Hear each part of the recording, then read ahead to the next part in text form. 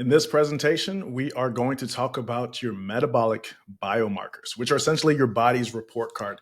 Your biomarkers are essentially your body's receipts. They show exactly what's happening under the hood. And that's what we really need to know, because a lot of things that end up happening to us, whether it's strokes, heart disease, fatty liver, even cancer, we could find much, much earlier if we just looked at the right biomarkers. So that's why we're really going to dive into this today, because these indicators are going to reveal whether your habits, your lifestyle are working for or against you. So what are the biomarkers? Well, the first one we're going to talk about is your A1C, which is like your metabolic snitch. It's a 3-month report of your average blood sugar. And it's like a friend who remembers everything. So that's why it's like a snitch, because you can tell me, hey, I've been eating healthy, but I can look at your blood sugar and be like, oh, really? All right. So high A1C indicates that you have too much sugar in your blood. And I want you to remember this.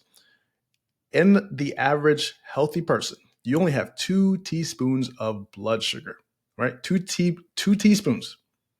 Now, if that 2 teaspoons goes to 4 teaspoons, guess what happens? You die, right? So your body is fighting as hard as it can to keep your blood sugar down. And if you don't pay attention to this, you're going to get insulin resistance. And it's even bigger than that. It's not just getting diabetes and not being able to feel your toes and losing your vision, which all are terrible things and kind of suck, but it's what leads to high blood pressure. It's what leads to heart disease and even the big C word, cancer. So we got to get that in check. The next thing is your fasting insulin.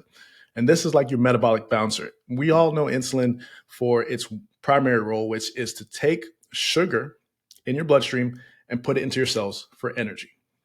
But when your insulin levels are super high, it actually leads to excess sugar or glucose being stored as fat. And this is one of the reasons why we get a lot of chronic diseases, because we get all this extra fat in places that we don't need it to be.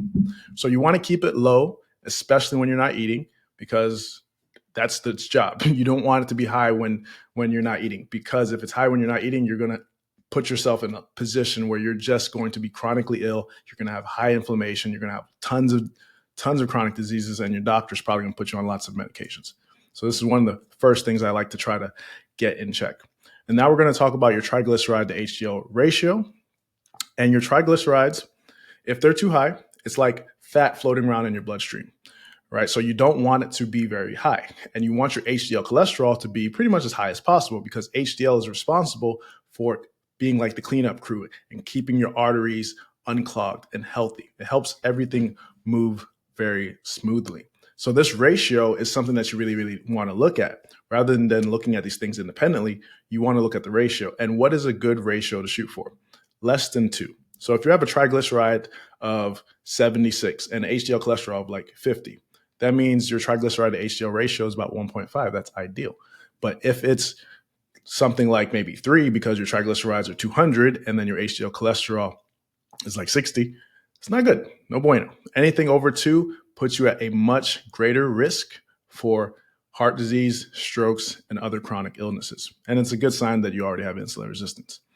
And now we're going to look at your thyroid function. We all think of your thyroid as being something that helps you manage and maintain your metabolism. And it does play that role. It's like a DJ. It sets the tempo for how much energy you're burning. And if it's underactive, you're going to probably gain a lot of weight. It's going to slow down your metabolism. You're going to be very fatigued. And if it's overactive, because you might have a condition that makes it overactive, you're someone that might feel very anxious and jittery and your heart's racing really fast. And you might burn energy a little too fast. So we want to have it in a nice sweet spot where we feel good, we're able to burn fat, our metabolism is functioning like it should.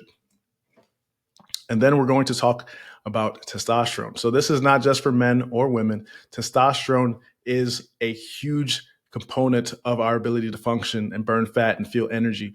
So it's the big boss. It runs the show for building muscle and burning fat. If you don't have optimized testosterone, putting on muscle tissue is going to be hard. Losing fat is going to be hard.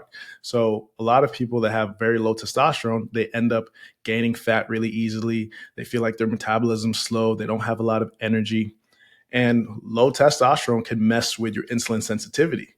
So if it's low, that means your body has to now secrete more insulin to do its job. And if you do that, it's going to increase your chronic disease risk, because there's something called IGF-1, which is insulin growth factor 1, which is one of the components that leads to cancers being able to proliferate and spread.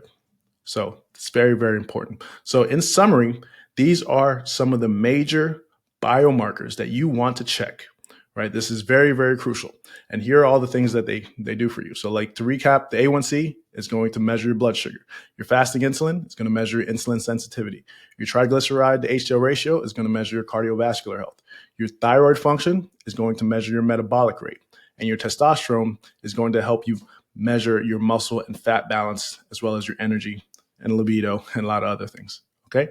So what I want you to do right now is go get out your labs. If you haven't looked at them in a while, get your most recent labs and look to see which biomarkers that you have that you can now compare. All right.